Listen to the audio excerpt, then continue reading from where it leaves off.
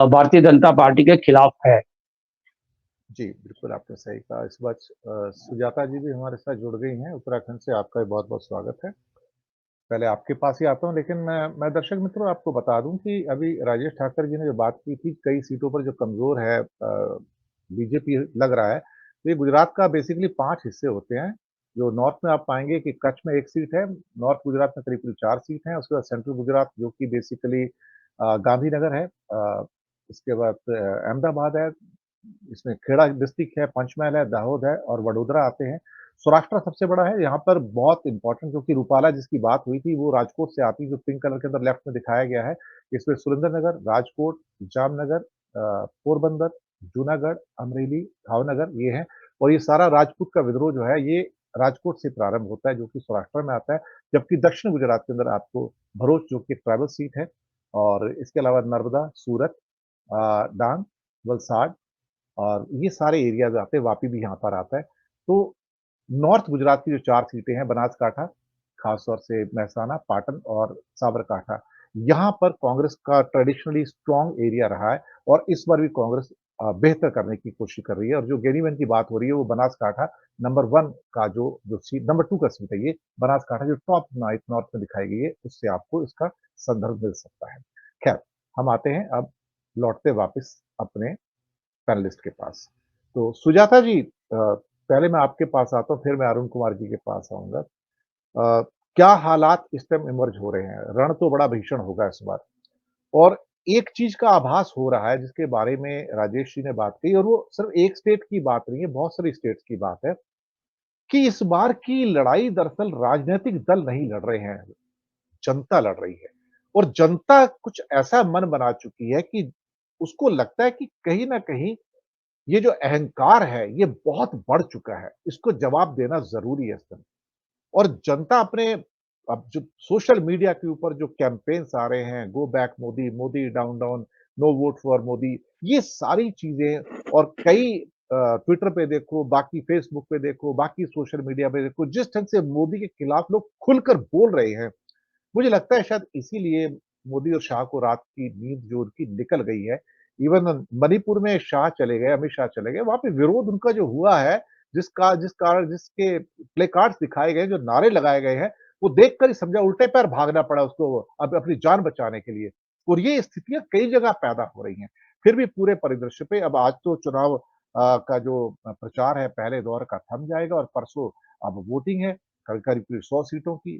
तो आपसे पूरी टिप्पणी चाहूँगा कि क्या परिदृश्य उभर कर आ रहा है in the dance of democracy इस लोकतंत्र के उत्सव में जनता की बड़ी भागीदारी है इसमें। लोग कहते हैं 1977 रिपीट होने जा रहा है। जी।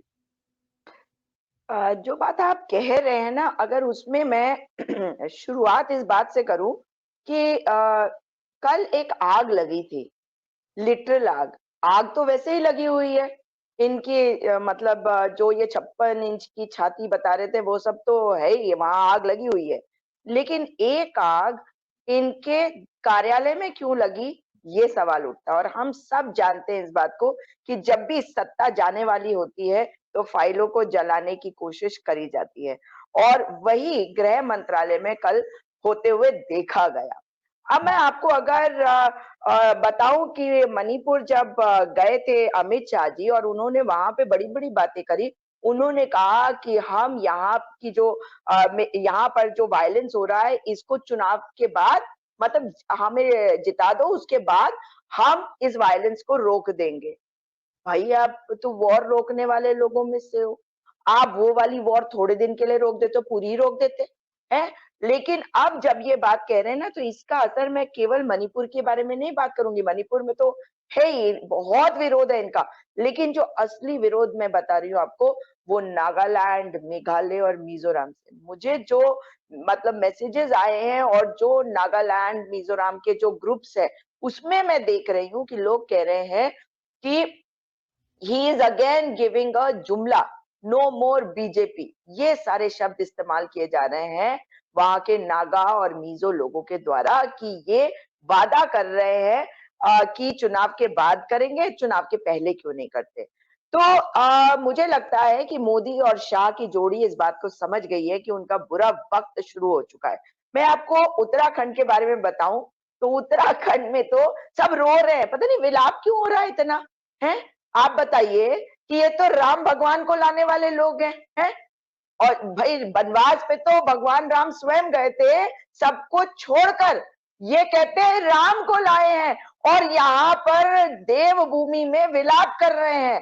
कभी यहाँ के प्रत्याशी अनिल बलूनी कह देते हैं कि मुझे तो कैंसर का इलाज हुआ मेरा, मैं ठीक होने के बाद अब जनता के लिए काम करूंगा। कभी यहाँ के प्रदेश अध्यक्ष है महेंद्र भट्ट जी, वो रो रो के कहते हैं कि भाई मेरे को वोट दे, मतलब इनको वोट देकर जिता दो। भाई किसको वोट देके जिता दो? आपको तो डर लगा हुआ होगा कि जिसने त्रिवेंद्र रावत को निकलवा दिया, तीरथ सिंह को निकलवा दिया, कहीं ऐसा ना हो कि प्रदेश अध्यक्ष की कुर्सी से आपको भी हाथ धोना पड़े, क्योंकि चुनाव ये बद्रीनाथ से हार चुके हैं। लेकिन आज सच्चाई ये है कि भारतीय जनता पार्टी के नेता रो रहे हैं, इनके पास कैंडिडेट नहीं है। आप इस बात को तो मानेंगे ना, और उत्तराखंड से ही आप पूरा समझ जाएंगे कि जहां जहां इन्होंने अपने कैंडिडेट दिए हैं वो इसलिए क्योंकि इनके पास और नेता नहीं है भाई। क्योंकि ये कितना भी इंपोर्ट कर ले, कितने भी इंपोर्ट करके उनको टिकट दे दे, छोटे राज्यों में वो भी पॉसिबल नहीं है कि आप उनको टिकट दे दे। तो इनको जो कोर भाजपाई है उसको टिकट जरूर देना पड़ रहा है, मगर किसी का टिकट काट के। वैसे ही आप लोगों को ला रहे हैं, अपने यहाँ आपकी इतनी लड़ाई है, और 10 साल के बाद जनता के मूड को देखते हुए ये अंदर का इंप्लोजन जिसके बारे में आपके साथ बहुत बार चर्चा हुई है, उसकी शुरुआत हो चुकी है। बस उसका इग्निशन पॉइंट पहुंचने की जरूरत है और उसके बाद वो फटेगा।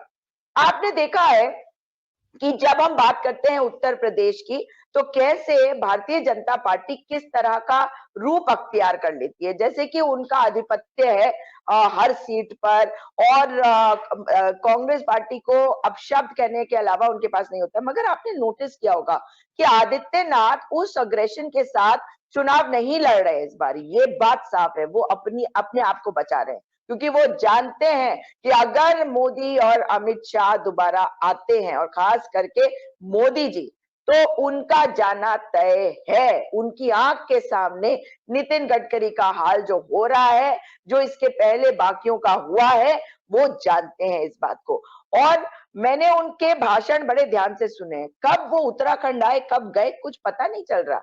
पहले पिछली बार अगर मैं आपको याद कराऊं, तो जब वो उत्तराखंड आए असेंबली चुनाव में, विधानसभा चुनाव में, प्रत्याशी के लिए कहने लगे कि मैं यहाँ का बेटा हूं। इतनी इमोशनल स्पीच कि पूरी जनता जो है वो उनके कदमों में, उन्होंने अपने वोट न्यौछावर कर दिया। अब नहीं हो रहा। और तमिलनाडु में ये कहते जरूर है, लेकिन तमिलनाडु की जनता इनको वोट नहीं कर रही है। केरला में भी ये कह रहे हैं, लेकिन मैं तमिलनाडु की बात ही आज करूंगी, क्योंकि वहां की 3 सीटों पे भी चुनाव हो रहे हैं। तो मुझे लगता है कि मोदी जी ये जान चुके हैं कि ये जो फर्स्ट फेज का चुनाव है, इसी से स्थिति साफ हो जाएगी। उन्होंने मैनेजमेंट भले ही कराया हो कि पहले फेज में कहाँ कहाँ होगी, दूसरे में कहाँ कहाँ होगी, लेकिन फर्स्ट फेज जो है वो उनको बता रहा है कि वो पूरी तरह से जा रहे हैं। आप जानते हैं बिहार में पूरी तरह से वो खत्म खुद को कर चुके हैं। ये तो उनको उम्मीद थी कि भाई अगर आ गए तो हम खत्म कर देंगे बिहार में जेडीयू को। ऐसा कुछ नहीं हो रहा है। जेडीयू जो है वो तो खत्म हो ही रही है, लेकिन वो इनको भी खत्म करके जाएगी वहां पे, और मोदी जी पूरी भाजपा को खत्म करके जाएगी। और ये भाजपाइयों को समझ लेना चाहिए, उनका जैसे जनसंघ खत्म हुआ था, वैसे ही अब भाजपा खत्म होने की तैयारी में है। मगर आखिरी में एक चीज जरूर कहूंगी, सावधान अभी भी रहने की जरूरत है। मैं भरोसा नहीं करती, जो आपराधिक तरीके से सोचते हैं ना, इन पे भरोसा नहीं करती। जो षड्यंत्र करते हैं उन पे भरोसा नहीं करती।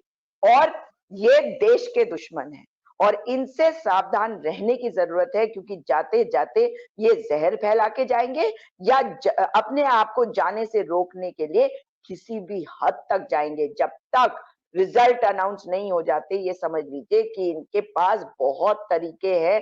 ये चुनाव भी रुकवा सकते हैं, और चुनाव के बाद रिजल्ट भी रुकवा सकते हैं, और ये किसी भी हद तक जा सकते हैं, क्योंकि मोदी जी जानते हैं वो जो झोला है ना, वो लेकर किसी भी एयरपोर्ट से, किसी भी पोर्ट से ये जाने की भी कोशिश करेंगे, तो जनता इनके पीछे खड़ी है इनको पकड़ के वापस लाने के लिए।